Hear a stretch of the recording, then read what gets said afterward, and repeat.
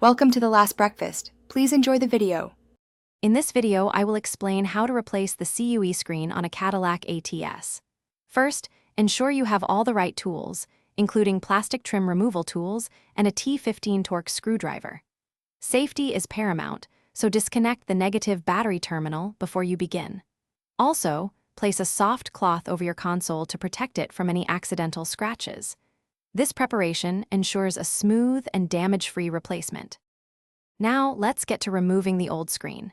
Begin by carefully prying off the trim panel that surrounds the CUE unit. Always use plastic trim tools to avoid damaging your dashboard. Once the trim is off, you'll see 4 T15 torque screws holding the unit in place.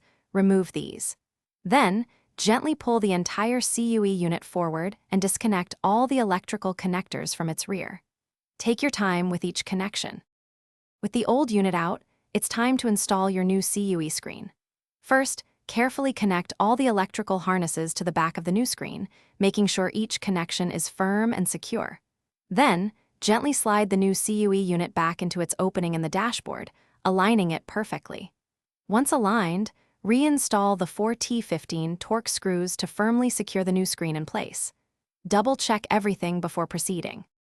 Finally, snap the trim panel back into place around your newly installed CUE screen, applying gentle pressure until it clicks.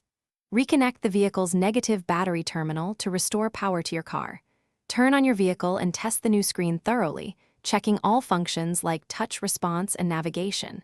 If everything works perfectly, you're all set. Remember to check the description for a link to the Echo Dot and other great deals. Thanks for watching. Thanks for watching. If this was helpful, leave a like and consider subscribing. See you next time.